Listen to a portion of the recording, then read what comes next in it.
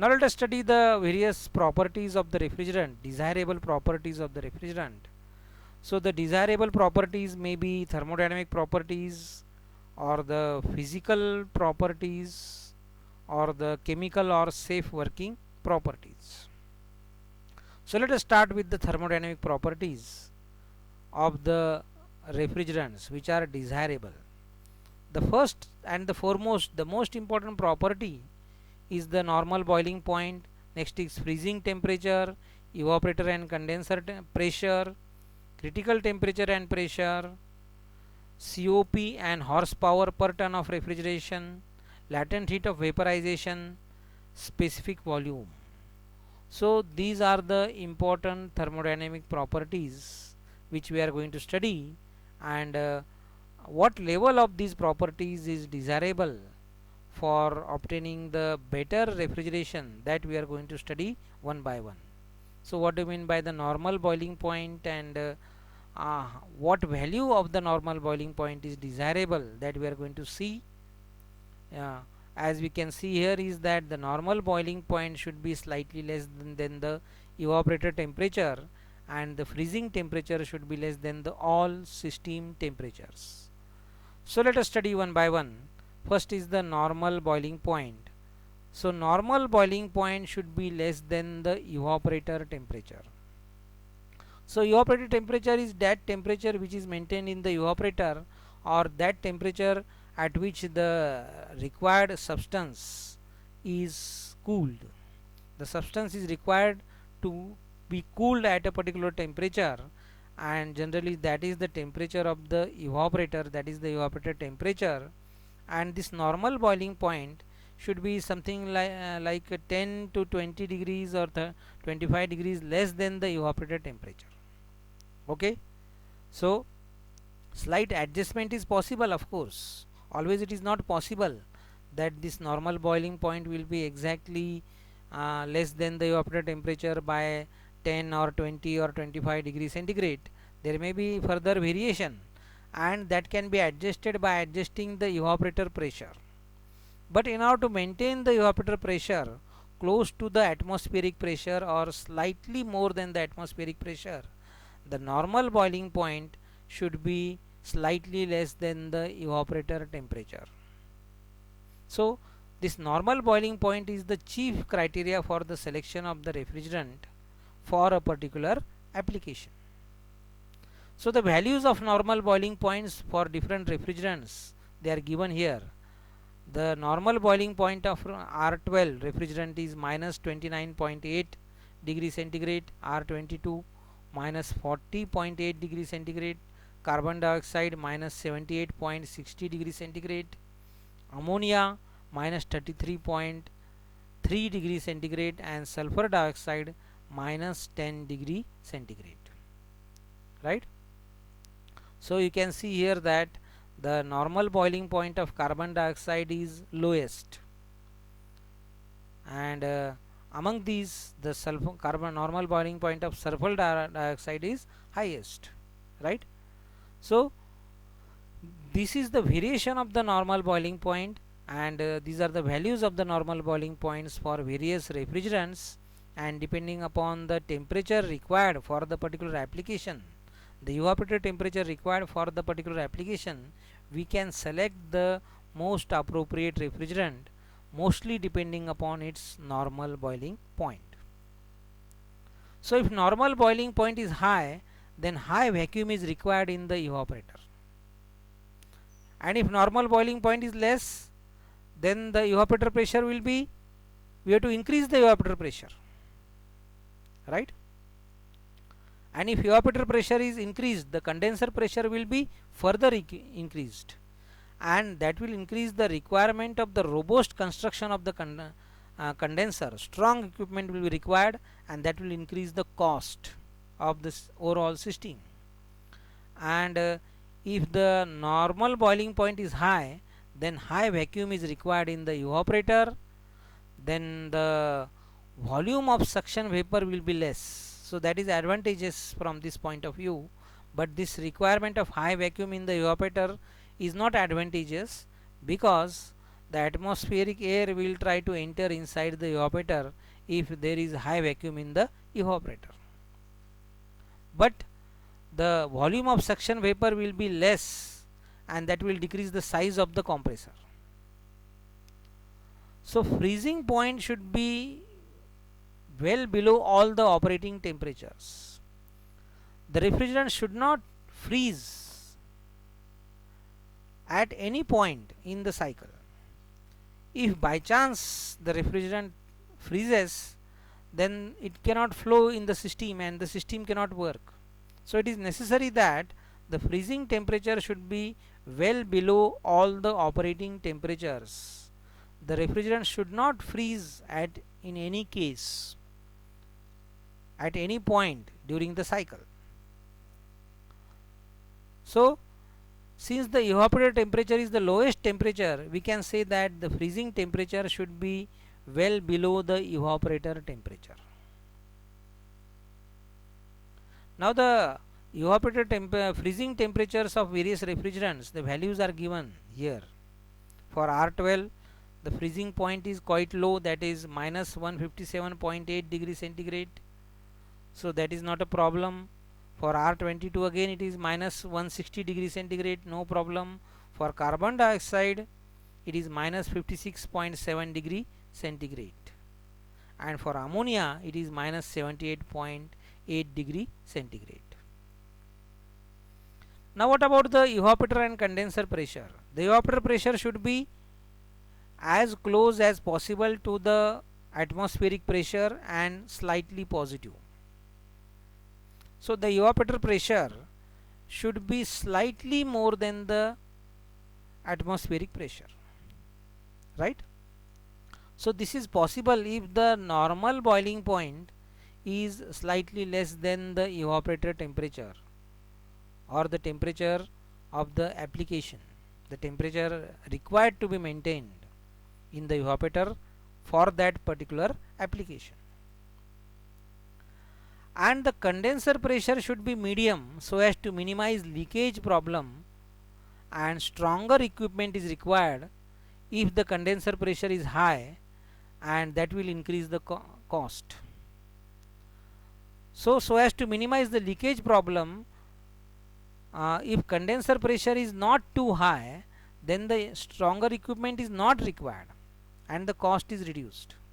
If condenser pressure is high, then there may be leakage problem, and at the same time in order to avoid the leakage problem, stronger equipment will be required and cost will be increased if condenser pressure is high.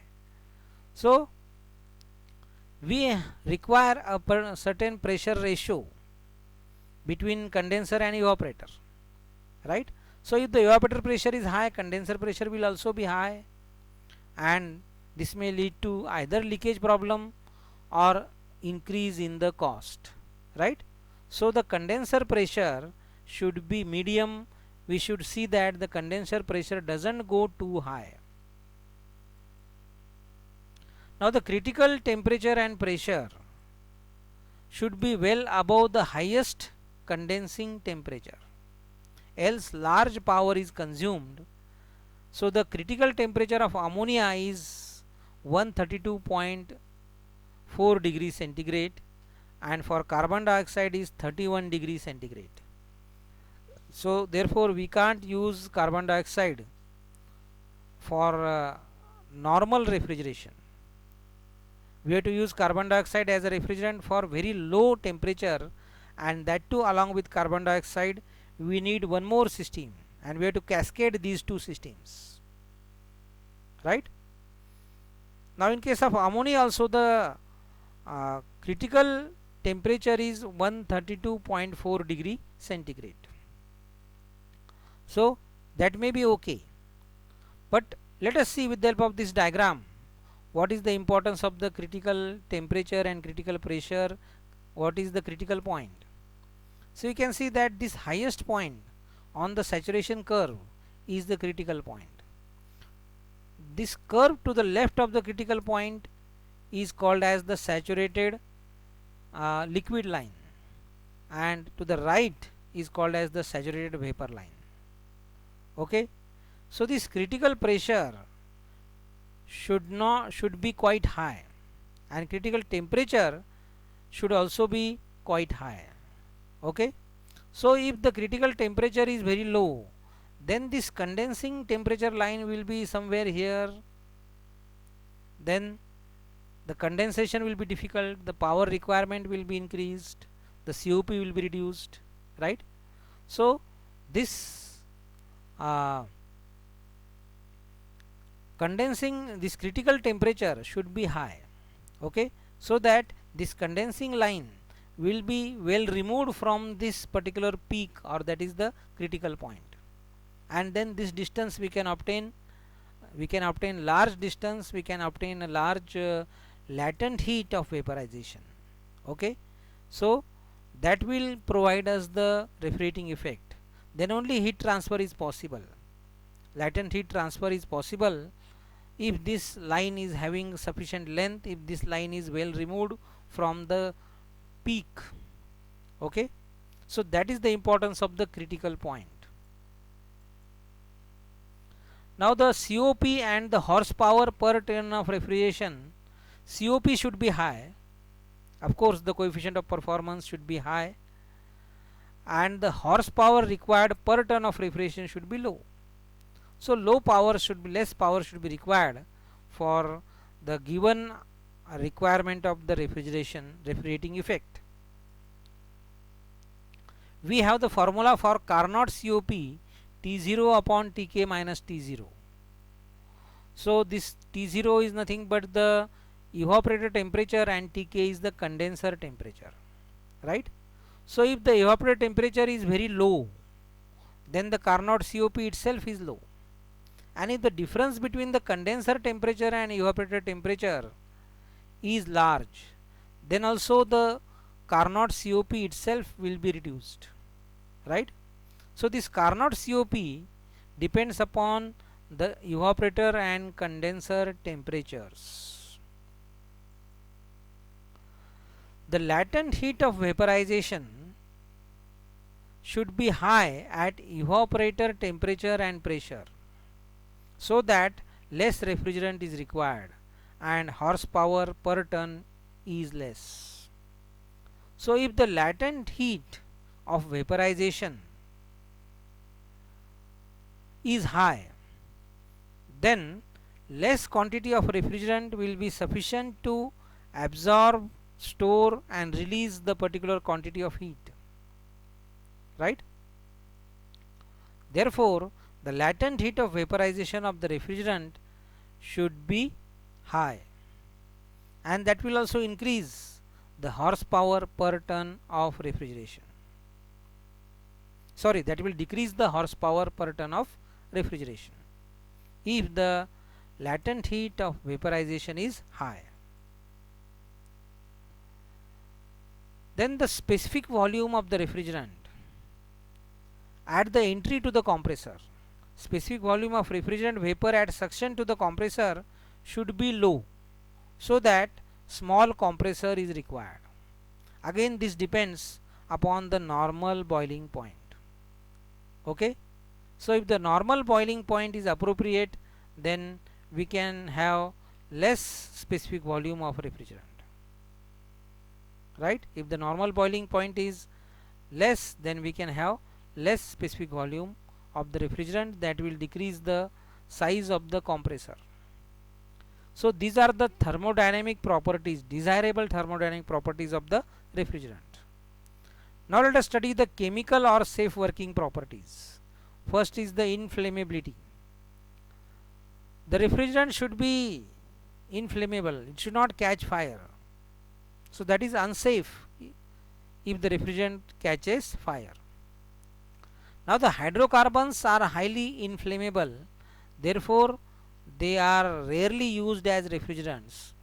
Even if you want to use these hydrocarbons as refrigerants, we have to use the sealed systems. So instead of hydrocarbons, we are using the halocarbons as refrigerants. Ammonia can also become explosive when mixed with air in the ratio of 16 to 25% of gas by volume, right? So ammonia is not always explosive. If the percentage of ammonia gas by volume is 16 to 25%, then only that is explosive.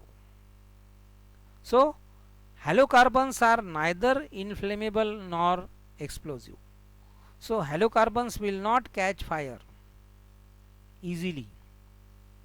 Only hydrocarbons will easily catch fire.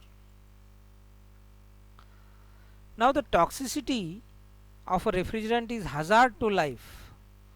So most of the refrigerants which we are using, they are not toxic except ammonia. So ammonia is toxic. So toxic nature of a refrigerant will attack the substance and reduce the life of the substance. Now the action of the refrigerant with water is very important. Whether the refrigerant is soluble with water or it is insoluble with water. Because if along with refrigerant the moisture is entering inside the system, moisture is present inside the system along with the refrigerant, then this moisture will freeze at certain point. Wherever the temperature is below 0 degree centigrade, the moisture will freeze, and due to that moisture choking will take place. Moisture choking of the system will take place, and when moisture choking takes place, the refrigerant cannot flow and the system will stop. There will be unnecessary load on the system. The system may damage also, right? So moisture choking should be avoided, and now to avoid the moisture choking, moisture should not be present in the refrigerant, and at the same time the action of the refrigerant with water or moisture is also important. So to avoid this presence of water or moisture in the system at the time of charging the system with refrigerant, dehydration is done. We are trying to remove the moisture from the system before charging the system with refrigerant, and for that baking of the system is done. At the same time silica gel dryer is also used so as to absorb the moisture from the system. Now ammonia is highly soluble in water, and we have seen that ammonia is toxic, and therefore a wet cloth is tied at the leakage point of ammonia to avoid the harm to humans present. So if you tie a wet cloth at that point where there are chances of leakage of ammonia, the water which is present in the wet cloth will absorb the ammonia, and the harm to the humans due to ammonia gas will not be caused. Then the action with oil of the refrigerant is also important, because when the refrigerant is entering inside the compressor, it is carrying along with it some lubricating oil outside the compressor.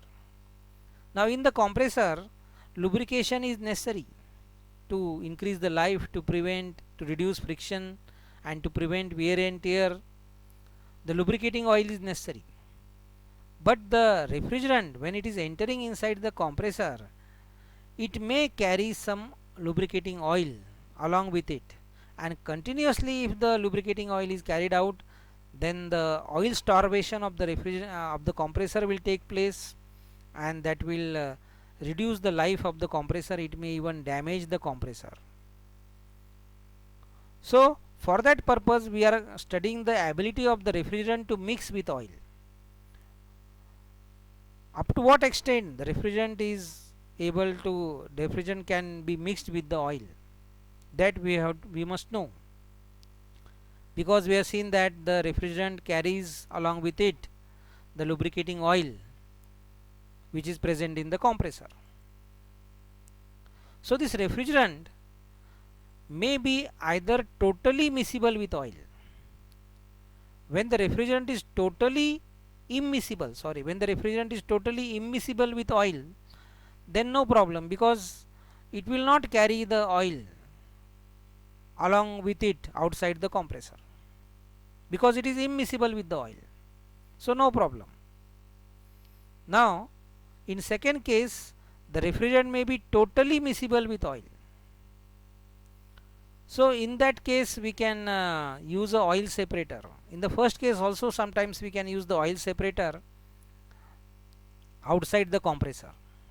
Okay, so as the refrigerant leaves the compressor, it will first of all enter in the oil separator, and if the whatever oil is present in the refrigerant, that will be separated and that will return back to the compressor. So if the refrigerant is totally miscible with oil, then we even need not use the oil separator. What we can do is that the refrigerant will carry the oil from the compressor to the condenser, from the condenser to the expansion device and other components, and to the evaporator, and from evaporator back to the compressor. So if the oil is totally miscible with the refrigerant, the oil will return back to the compressor along with the refrigerant. So again the problem is reduced. But in the third case, if the refrigerant is partially miscible or partly miscible with the oil, then problem may occur. The oil may not return back to the compressor. Now in this case, we must use a more efficient oil separator, or we must use some synthetic oil. We have to change the oil, okay, or we have to mix some other oil in that particular oil, so that there will be some change in the properties, right? So the problem may occur if the oil is partially miscible with the refrigerant, and then in that case the return of the oil back to the compressor may be difficult, and this may damage the compressor, right? Now the chemical or safe working properties we are studying. The fifth property is the action with material of construction. So there may be some chemical reaction between the refrigerant and the material of construction, and this may damage the material of construction. Small holes may be created. So the refrigerant should not corrode the material of construction of the refrigerating machine. Otherwise, gradually small holes will be created in the material, in the say the pipes or other vessels, right? For example, this ammonia will attack copper. So whenever we are using ammonia as the refrigerant, at that time we never use copper as the material of construction. But when we are using the freons as the refrigerants, then we are using copper as the material of construction. So this ammonia will attack copper, so we have to select the appropriate material of construction, and the action of the refrigerant with the material of construction is also important. Whether there is a chemical reaction or not, there should be no chemical reaction between the material of construction and the refrigerant which is being used. Now what is the effect of the refrigerant on the perishable material like fruits, vegetables, flowers, meat or dairy products? So that effect of the refrigerant on perishable material should be minimum in terms of change in color, taste or texture. So the change, there should be no change in color, there should be no change in taste or change in texture of the perishable material due to the refrigerant. So the refrigerant should be safe in this regard. Okay. So these are the desirable chemical or safe working properties. So if these properties are according to our requirement, then the system will work safely, right? Freons are safe in this regard. Freons will not attack the perishable material. or they will not change the color, taste or texture of the perishable material. Now let us study the physical properties of the refrigerant, desirable physical properties of the refrigerant. The first important property is the dielectric strength. So the dielectric strength of the refrigerant should be high. That means the refrigerant should be a good insulator. The refrigerant should be a bad conductor of electricity, or it should be a good insulator. Electricity should not flow through the refrigerant. Refrigerant should not allow electricity to flow through it. So this property is especially important in hermetic compressor, because in the hermetic compressor the motor windings are exposed to the refrigerant. You know that in hermetic compressor the compressor motor and the compressor, they are enclosed in a common casing. So when the refrigerant enters the hermetic compressor, first of all it comes in contact with the motor windings. Actually the refrigerant cools the motor windings, right? So it definitely comes in contact with the motor windings. So this refrigerant should not be a good conductor of electricity, otherwise it will damage the motor windings of the compressor, right? Now the thermal conductivity of the refrigerant should be high, so that the latent heat transfer takes place at a faster rate in the condenser and evaporator. The refrigerant should be a good conductor of heat, not electricity, right? Because the refrigerant must transfer the heat faster, and more quantity of heat should be transferred by the refrigerant. The refrigerant should store the energy in terms of heat and work also, right? And it should be able to absorb the energy, and it should be able to reject the energy, mainly in terms of heat, so that the heat transfer coefficient of the refrigerant should be high, so that the heat transfer will be faster and the system will work efficiently. The cooling effect can be obtained at a faster rate. Then the viscosity of the refrigerant should be low, because viscosity is nothing but the resistance to flow, and the refrigerant should flow easily in the system. Then only it can work properly. The system will work faster. The refrigerant will flow quickly from compressor to condenser, condenser to expansion device, from expansion device to evaporator and back to compressor, right?